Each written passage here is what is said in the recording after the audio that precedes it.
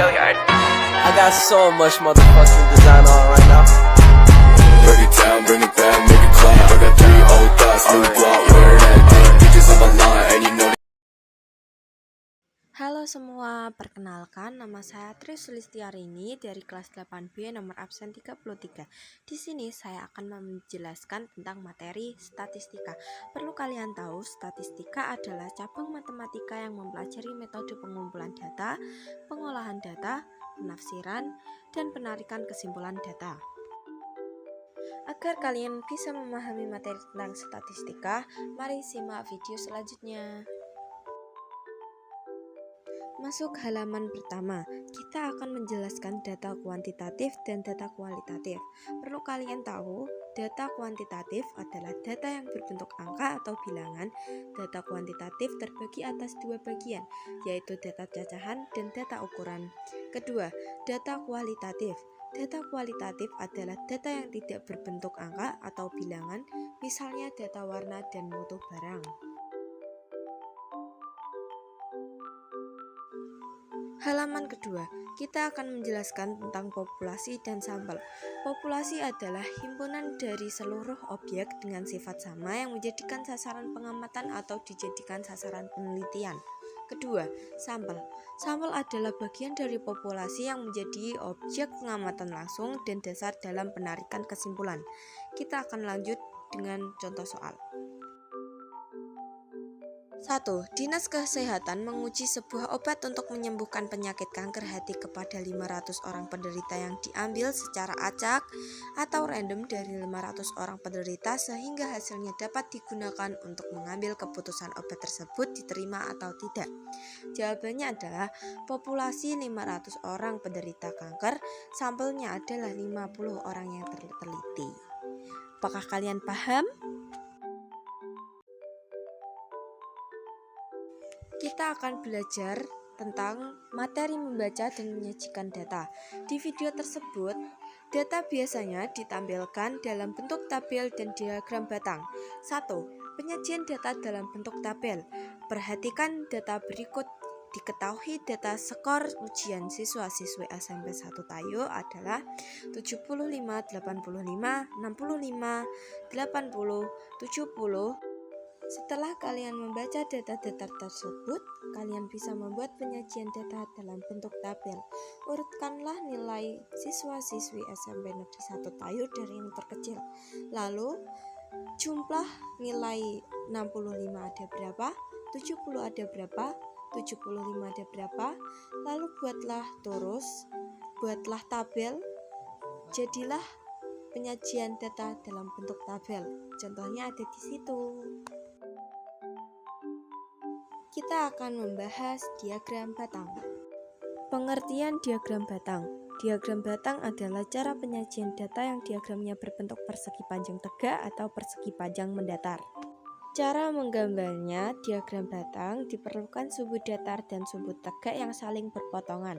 Terdapat 2 macam diagram batang, yaitu diagram batang vertikal dan diagram batang horizontal. Selanjutnya akan ada penjelasan diagram batang vertikal dan diagram batang horizontal. Bisa kalian lihat bagaimana bentuk diagram batang vertikal dan bentuk diagram batang horizontal. Untuk membuat tabelnya, kalian bisa melihat di video tersebut. Selanjutnya ada diagram garis. Pengertian diagram garis. Diagram garis adalah cara menyajikan data dengan menggunakan diagram yang berbentuk garis, di mana garis itu diperoleh dari beberapa ruas garis yang menghubungkan titik-titik pada bidang bilangan. Diagram garis ini biasanya digunakan untuk menyajikan data yang berkesinambungan dan berkala. Gambar di atas merupakan salah satu gambar dari diagram garis. Selanjutnya adalah diagram lingkaran. Diagram lingkaran adalah diagram yang menggunakan daerah lingkaran untuk menggambar atau membandingkan besar ukuran data. Step 1. Cara menyajikan data dalam bentuk diagram lingkaran. Caranya dengan lingkaran dibagi dalam juring-juring lingkaran. Banyak data yang ditunjukkan bisa dilihat dari lebar masing-masing juring lingkaran. Dalam penyajiannya disajikan dalam keterangan derajat atau persen.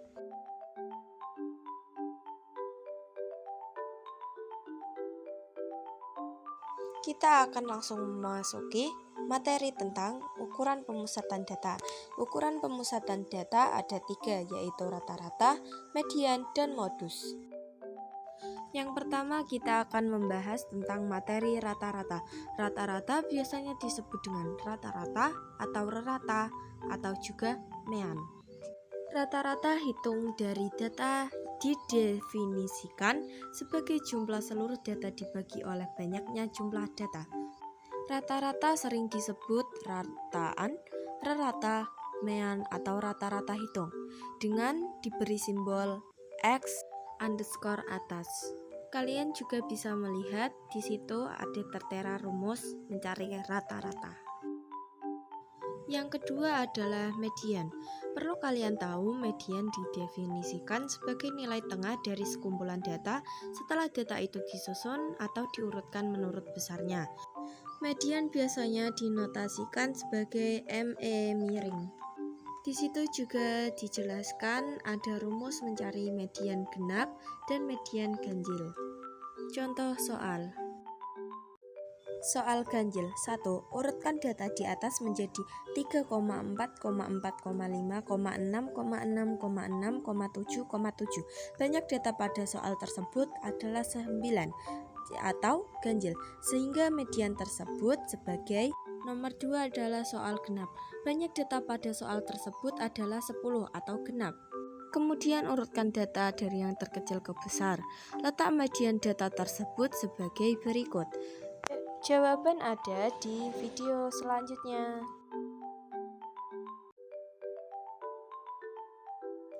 Yang ketiga adalah modus. Modus didefinisikan sebagai data yang paling sering muncul atau frekuensinya paling besar, paling tinggi untuk data yang disajikan dalam bentuk tabel dari sekumpulan data. Contoh soal, tentukan modus data berikut. A adalah 7,8,6,7,6,7,8,9,7,9. Yang B adalah 5,6,4,6,5,5,5,5,8,7,9,9. Penyelesaian adalah data A, data yang paling banyak muncul adalah data 7, jadi modusnya adalah 7. Data B, data yang paling banyak muncul berarti 5, jadi modusnya adalah 5. Kita akan mempelajari materi terakhir, yaitu ukuran penyebaran data. Ukuran penyebaran data ada jangkauan dan kuartir. Jangkauan atau rentangan didefinisikan sebagai selisih antar data tertinggi dan data terendah dari sekumpulan data. Jangkauan sama dengan data tertinggi dikurangi data terendah. Kuartir atau jangkauan kuartir. Kuartir adalah nilai atau data yang membagi kelompok data yang telah diurutkan menurut besarnya menjadi 4 kelompok data yang anggotanya sama. Kuartir terbagi dalam 3 jenis, kuartir bawah, kuartir tengah, kuartir atas. Kuartir bawah seringkali disebut kuartir pertama atau K1. Kuartir tengah sering disebut dengan kuartir kedua atau K2.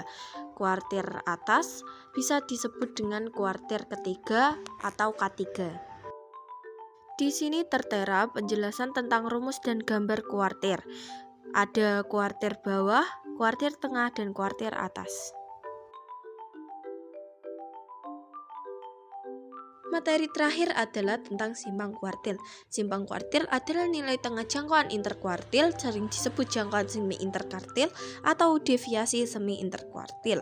Di situ tertera rumus dan pertanyaan-pertanyaan. Selamat mencoba, dan jika Anda ingin tahu jawaban pertanyaan tersebut bisa dilihat di video selanjutnya.